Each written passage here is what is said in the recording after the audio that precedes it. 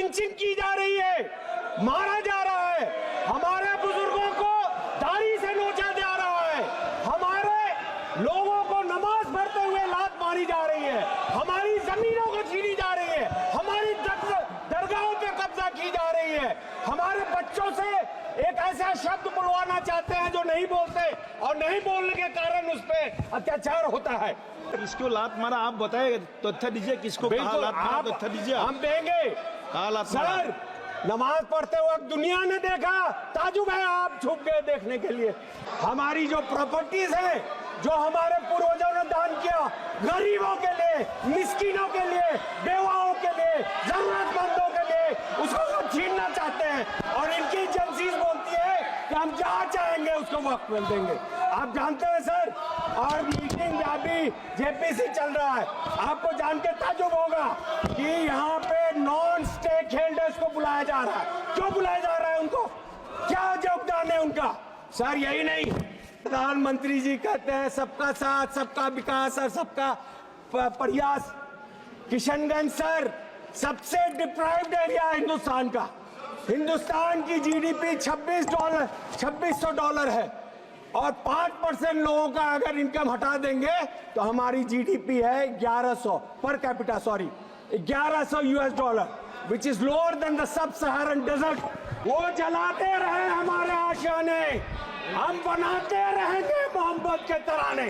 Doctor Javed आपने नाम लिया, मैं हिंदुस्तान का एक प्राउड मुस्लिम हूँ और मुझे शुक्र है कि बाबा साहब अम्बेडकर ने और हमारे पूर्वजों ने एक बेहतरीन तोहफा दिया है और वो तोहफा है कॉन्स्टिट्यूशन ऑफ इंडिया, जिसके वजह से आज हम अपने आप को महसूस समझते हैं, महफूज समझते हैं।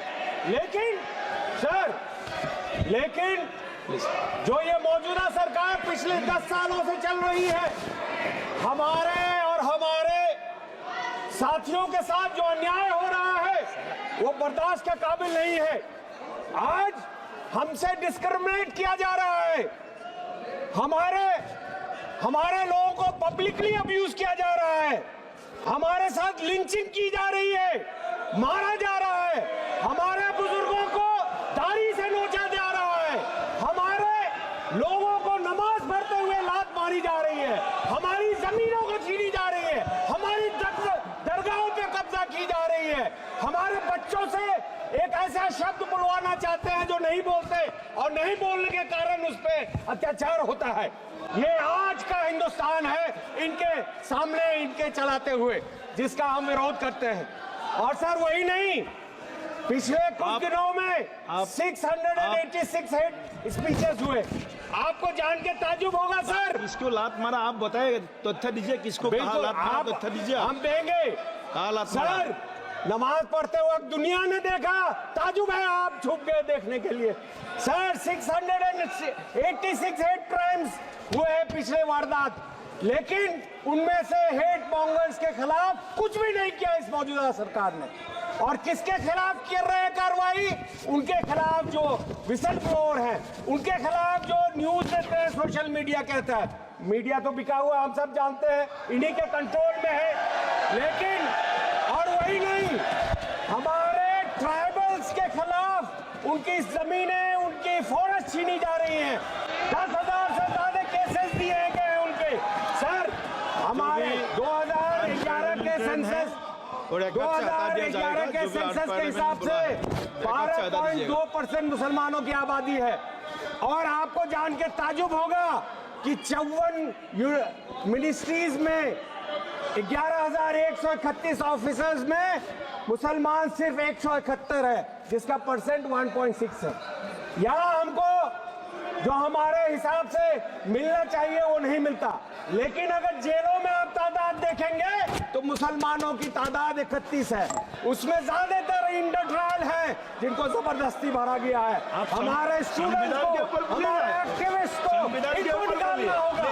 पिछले 10 सालों में हमने देखा, पहले राइट्स हुआ करते थे, ये अब राइट्स मैन्युफैक्चर करते हैं, लोग बुला के भेजते हैं। और अब संभल में हमने देखा, जब लोग नहीं मिल रहे तो प्रशासन ने गोली चलवाई। हम ये बर्दाश्त नहीं करेंगे। हम ये नहीं जानते कि ये कब समझेंगे कि संविधान सबके लिए है, ये संविधान हम सबके लिए बराबर है। सबसे अफसोस की बात है कि आर्टिकल 26, आर्टिकल 15 में हमें अपने जगहों का हमें इजाजत दे देता है, हमें अपने जो इदारे हैं उसको चलाने का इजाजत देता है, लेकिन ये वक्फ अमेंडमेंट बिल लाके ये चाहते हैं कि बैकडोर से हमारी जमीनें छीन ले। हमारी जो प्रॉपर्टीज है, जो हमारे पूर्वजों ने दान किया, गरीबों के लिए, मिस्किनों के लिए, बेवाओं के लिए, जरूरतमंदों के लिए, उसको सब छीनना चाहते हैं। और इनकी एजेंसीज बोलती है कि हम जहाँ चाहेंगे उसको वक्त मिल देंगे। आप जानते हैं सर, और मीटिंग में अभी जेपीसी चल रहा है, आपको जान के ताज्जुब होगा कि यहाँ पे नॉन स्टेक होल्डर्स को बुलाया जा रहा है। क्यों बुलाया जा रहा है उनको? क्या योगदान है उनका? सर यही नहीं, सबसे अफसोस की बात यह होती है जब आदरणीय प्रधानमंत्री जी कहते हैं सबका साथ, सबका विकास और सबका प्रयास। किशनगंज सर सबसे डिप्राइव्ड एरिया है हिंदुस्तान का। हिंदुस्तान की जीडीपी $2600 है और 5% लोगों का अगर इनकम हटा देंगे तो हमारी जीडीपी है 1100 per capita, sorry $1100, which is lower than the sub Saharan desert countries. और वहां पे बिहार का लाया जाए तो $750 है, तो आप अंदाजा लगाइए। और उसमें भी सबसे पिछड़ा इलाका है जो किशनगंज और सीमांचल है। पिछले 12 साल से मैं गुहार लगा रहा हूं, आदरणीय मंत्री एजुकेशन जी, होम मिनिस्टर अमित शाह जी के पीछे बैठे हैं, पूछिए उनसे कितना दर्जनों बार हमने गुहार लगाई। जो यूपीए सरकार ने, मनमोहन सिंह जी ने, सोनिया गांधी जी ने तोहफा दिया, आप उसमें अभी तक क्यों फंड नहीं दे रहे? धन्यवाद जी। क्यों कहते हैं कि हमारा अभिजीत गंगोपाध्याय जी, आप चाहते हैं कि सिर्फ हम मजदूरी करें? सदस्य अभिजीत गंगोपाध्याय जी, चाहते हैं कि हमें तालीम मिले? आप समाप्त कीजिए। क्या आप नहीं चाहते हैं कि हिंदुस्तान के ग्रोथ में हमारा? अभिजीत गंगोपाध्याय जी।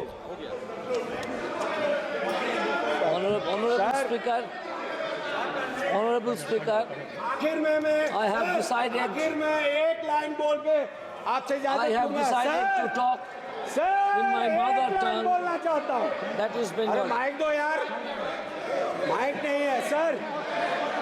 सर आप कंटिन्यू करो। वो जलाते रहे हमारे आशियाने। Sir we are together in JPC. वो जलाते रहे हमारे आशियाने, हम बनाते रहेंगे मोहब्बत के तराने। जय हिंद। धन्यवाद।